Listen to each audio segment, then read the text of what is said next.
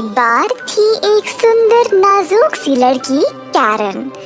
वह इतनी गरीब थी कि उसको गर्मी के मौसम में नंगे पैर चलना पड़ता था और सर्दियों में सख्त लकड़ी के जूते, जिसकी वजह से उसके पैर लाल बन गए। गांव के बीचों बीच एक बूढ़े मोची की पत्नी रहती थी।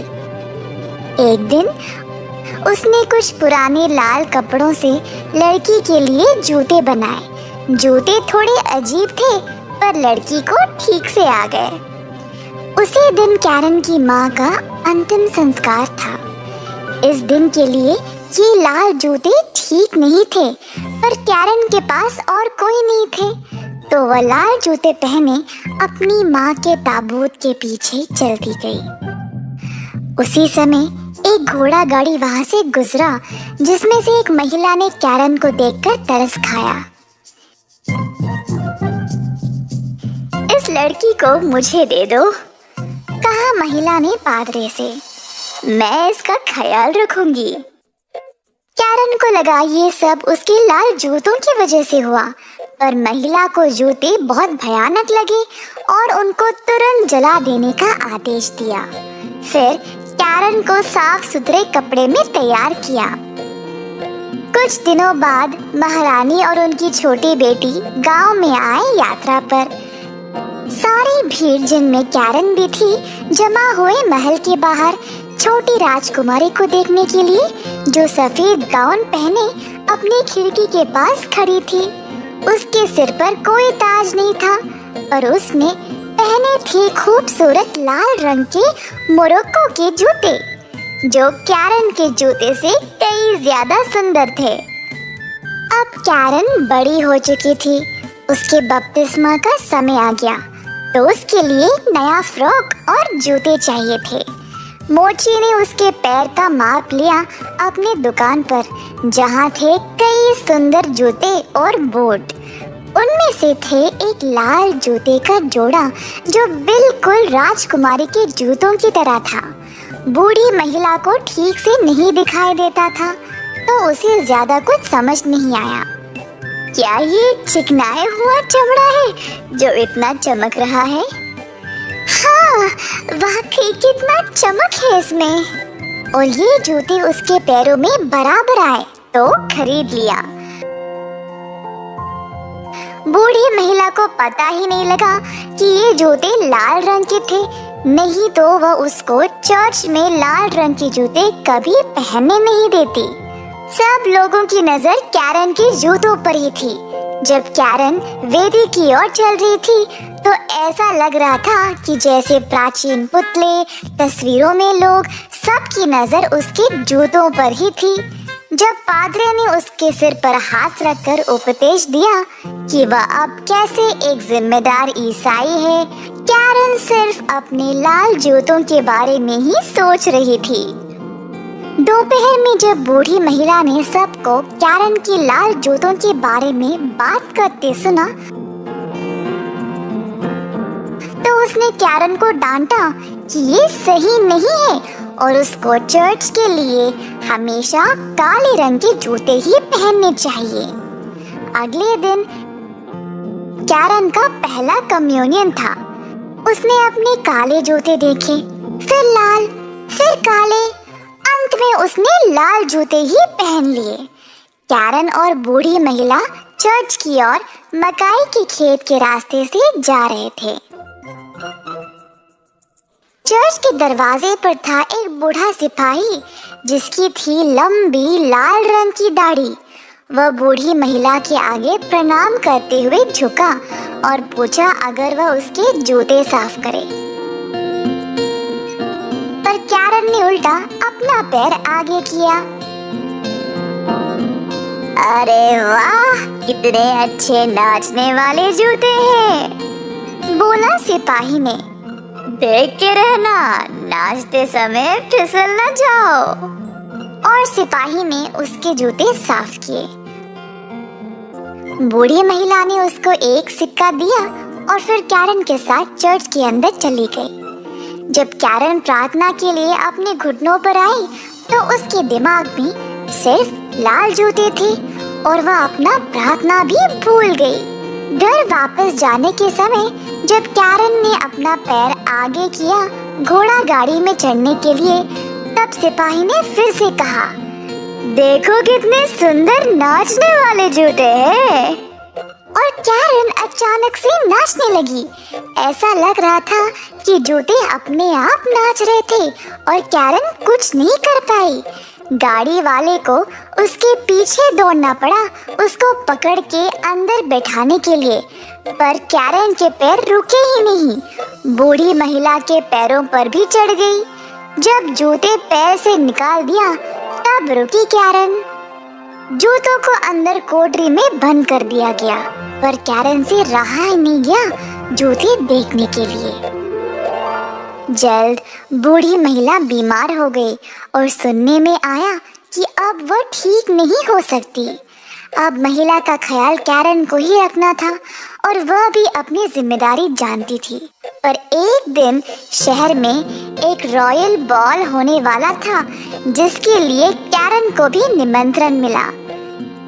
कैरन ने बीमार महिला की ओर देखा और फिर अपने लाल जूतों की तरफ। उसने जूते पहन लिए ये सोचते हुए कि ऐसा करने में कुछ गलत तो नहीं है, और वह बॉल चली गई। अजीब बात थी कि अगर वह दाएं तरफ जाने की कोशिश की तो उसके पैर उसको बाएं की ओर ले गए। जूते उसको सीढ़ियों के नीचे खुद ले गए और दरवाजा के बाहर सड़कों पे जहाँ पर वह नाचती ही गई। रात के अंधेरे में पेड़ों के बीच उसने कुछ चमकते हुए देखा। सोचा शायद लाल रंग का चांद है, पर नहीं, वो था वो लाल दाढ़ी वाला सिपाही जो अपना सिर हिलाते हुए बोला, देखो कितने अच्छे नाचने वाले जूते हैं। कैरन घबराकर परेशान हो गई और जूतों को निकालने की पूरी कोशिश की, पर जूते उसके पैरों से चिपक गए। तो कैरन बस नाचती गई, खेत के उस पार, धूप में, बरसात में, दिन और रात। कैरन रुकना चाहती थी पर उसको कोई आराम नहीं मिला। नाचते हुए वह चर्च के अंदर गई जहाँ पर उसने एक फरिश्ता को देखा, लंबे सफेद वस्त्र पहने, हाथ में चमकती हुई तलवार लिए। तेज नजरों से उसकी ओर देखकर कहा, तुम नाचोगी अपने लाल जूतों में जब तक तुम फीकी और ठंडी ना पड़ जाओ, जब तक तुम्हारा शरीर एक कंकाल ना बन जाए। घर घर तुम नाचती रहोगी। दया करो, रोई कैरन, पर वह फरिश्ते का जवाब सुन नहीं पाई क्योंकि उसके जूते उसको दरवाजे के बाहर ले गए। एक सुबह वह अपने घर के दरवाजे से गुजरी तो उसने देखा कि वहाँ से किसी की अर्थी उठ रही थी। कैरन को पता चल गया कि उसकी बूढ़ी महिला अब चल बसी। मन ही मन कैरन टूट गई और उसको लगा जैसे अब हर किसी ने उसको छोड़ दिया है और वह अकेली पड़ गई। अंत में वह नाचते हुए एक जल्लाद के घर के पास गई और बोली, बाहर आइए, बाहर आइए, मैं अंदर नहीं आ सकती क्योंकि मुझे नाचना है। तुम जानती हो मैं कौन हूँ और मैं क्या करता हूँ? जी हाँ, पर मेरी गर्दन नहीं काटना क्योंकि मुझे अपने कर्मों के लिए पछताना है। बस मेरे पैर काट दो ताकि मैं इन जूतों से छुटकारा पा सकूं। कैरन ने अपनी गलती मान ली और जल्लाद ने अपने हथियार से जूते कैरन के पैरों से हटा दिए। जो उछलते हुए जंगल की ओर जा गिर पड़े।